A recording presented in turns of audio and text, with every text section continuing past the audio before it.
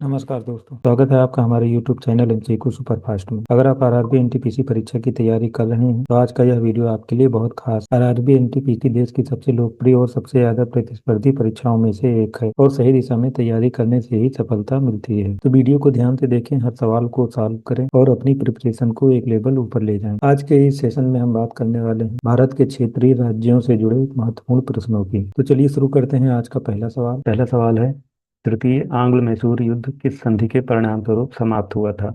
Option A Manglaur की संधि, option B Srirangapatna की संधि, ऑप्शन सी इलाहाबाद की संधि, ऑप्शन डी सालबाई की संधि। का सही उत्तर हो जाएगा ऑप्शन बी श्रीरंगपट्टनम की संधि। 1792 ईस्वी में टीपू सुल्तान और अंग्रेजों के बीच तृतीय आंग्ल मैसूर युद्ध के बाद श्रीरंगपट्टनम की संधि हुई, जिससे युद्ध समाप्त हुआ था। अगला प्रश्न है, चिड़िया वाला युद्ध कब लड़ा गया था? तो चारों ऑप्शन में सही उत्तर हो जाएगा ऑप्शन सी 1806 ईस्वी। दोस्तों, यह युद्ध 1806 ईस्वी में लड़ा गया था।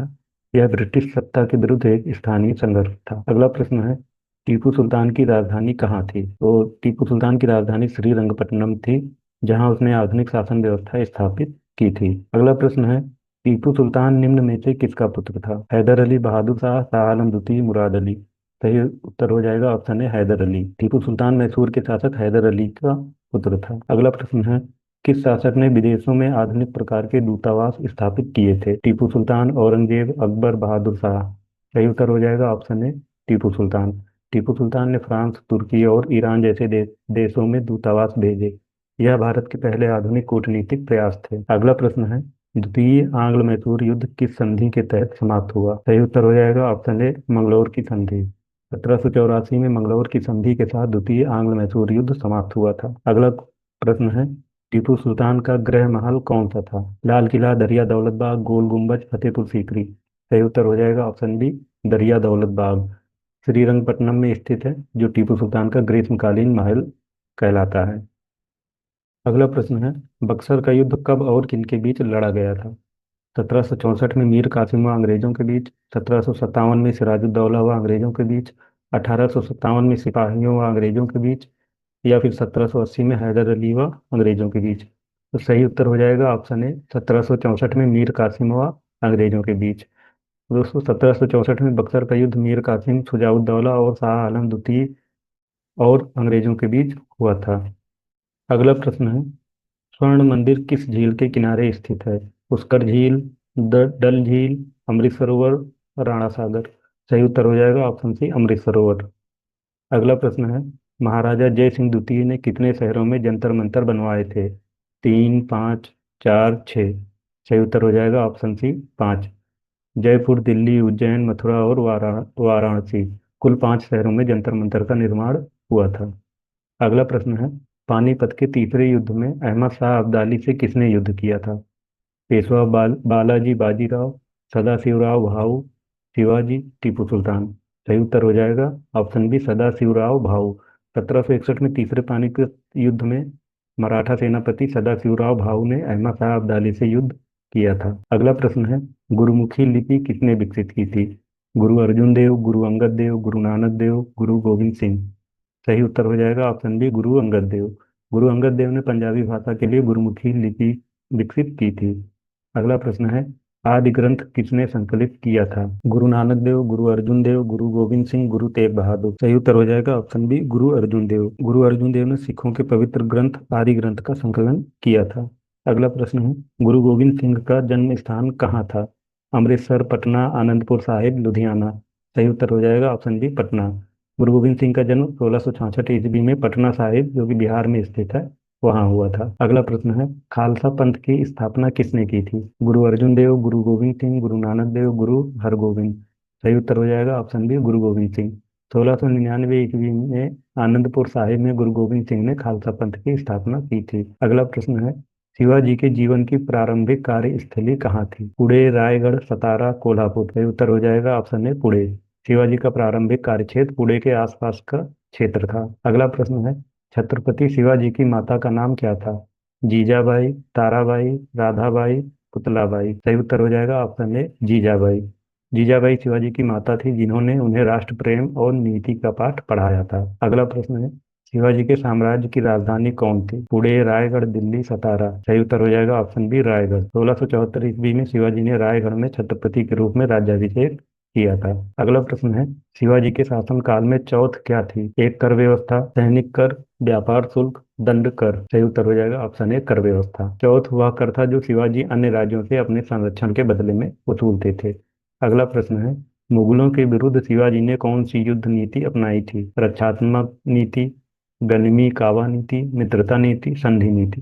सही उत्तर हो जाएगा ऑप्शन बी, गनिमी कावा नीति। गनिमी कावा यानी छापामार युद्ध, शिवाजी ने इसी नीति से मुगलों को कठिनाई में डाला था। अगला प्रश्न है, शिवाजी का उत्तराधिकारी कौन था? संभाजी, राजाराम, बालाजी, साहू। सही उत्तर हो जाएगा ऑप्शन ए, संभाजी। 1680 ईस्वी में शिवाजी की मृत्यु के बाद उनके पुत्र संभाजी सिंहासन पर बैठे थे। अगला प्रश्न है, शिवाजी को औरंगजेब द्वारा राजा कब घोषित किया गया था? 1657 ईस्वी, 1674 ईस्वी, 1670 ईस्वी, 1664 ईस्वी। सही उत्तर हो जाएगा ऑप्शन बी, 1674 ईस्वी। 1674 ईस्वी में रायगढ़ में शिवाजी का राज्याभिषेक हुआ और उन्हें राजा की उपाधि मिली। अगला प्रश्न है, अहिल्याबाई कहाँ की रानी थी? जयपुर, इंदौर, नागपुर या ग्वालियर। तो सही उत्तर हो जाएगा ऑप्शन बी, इंदौर। अहिल्याबाई होलकर इंदौर राज्य की एक प्रसिद्ध रानी थी। अगला प्रश्न है, आंग्ल मराठा युद्ध में मराठों की हार का कारण क्या था? संगठन की कमी, सैनिक बल की कमी, अंग्रेजों की नीति, उपरोक्त सभी। तो दोस्तों इस प्रश्न का सही उत्तर हो जाएगा ऑप्शन डी, उपरोक्त सभी। मराठों की हार का कारण संगठनहीनता, नेतृत्व की कमी और अंग्रेजों की चालाकी थी। अगला प्रश्न है, पेशवा साम्राज्य के संस्थापक कौन थे? बालाजी विश्वनाथ, बाजीराव प्रथम, माधवराव, नाना फड़नवीस। सही उत्तर हो जाएगा ऑप्शन ए, बालाजी विश्वनाथ। बालाजी विश्वनाथ मराठा साम्राज्य के प्रथम पेशवा और पेशवा शासन के संस्थापक माने जाते हैं। अगला प्रश्न है, सिखों के 9वें गुरु गुरु कौन थे? गुरु हरकिशन, गुरु तेग बहादुर, गुरु गोविंद सिंह, गुरु हरगोविंद।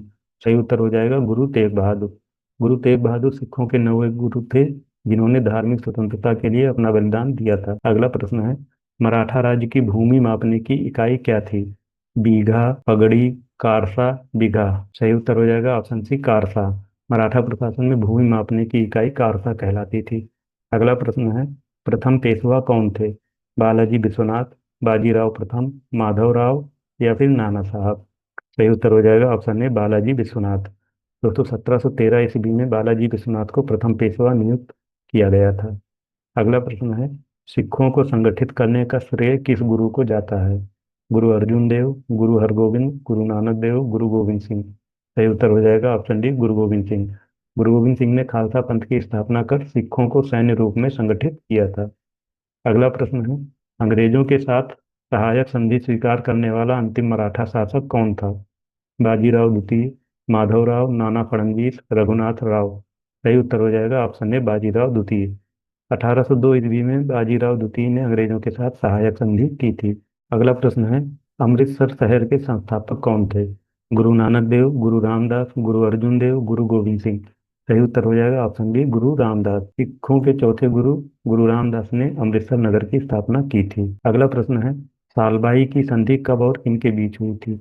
1782 ईस्वी मराठा और अंग्रेज, 1764 ईस्वी बंगाल और अंग्रेज, 1792 ईस्वी टीपू और अंग्रेज, 1803 ईस्वी मराठा और अंग्रेज। तो सही उत्तर हो जाएगा 1782 ईस्वी मराठा और अंग्रेज।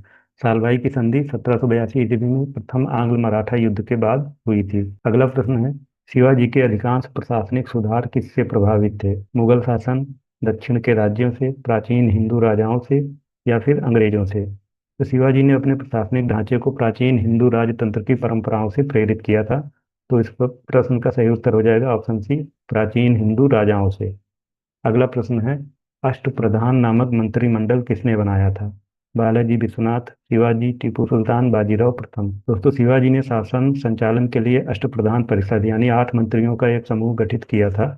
तो इस प्रश्न का सही उत्तर हो जाएगा ऑप्शन बी, शिवाजी। तो दोस्तों उम्मीद है कि यह वीडियो आपके आरआरबी एनटीपीसी परीक्षा की तैयारी में बेहद उपयोगी साबित होगा। अगर आपको वीडियो पसंद आया हो तो लाइक करें, शेयर करें और चैनल को सब्सक्राइब करना बिल्कुल ना भूलें, ताकि एनटीपीसी ग्रुप डी और अन्य परीक्षाओं से जुड़ी सभी अपडेट और तैयारी सामग्री आपको समय पर मिलती रहे। मिलते हैं अगले वीडियो में, तब तक पढ़ते रहिए, मेहनत करते रहिए और अपने सपनों को हकीकत बनाइए।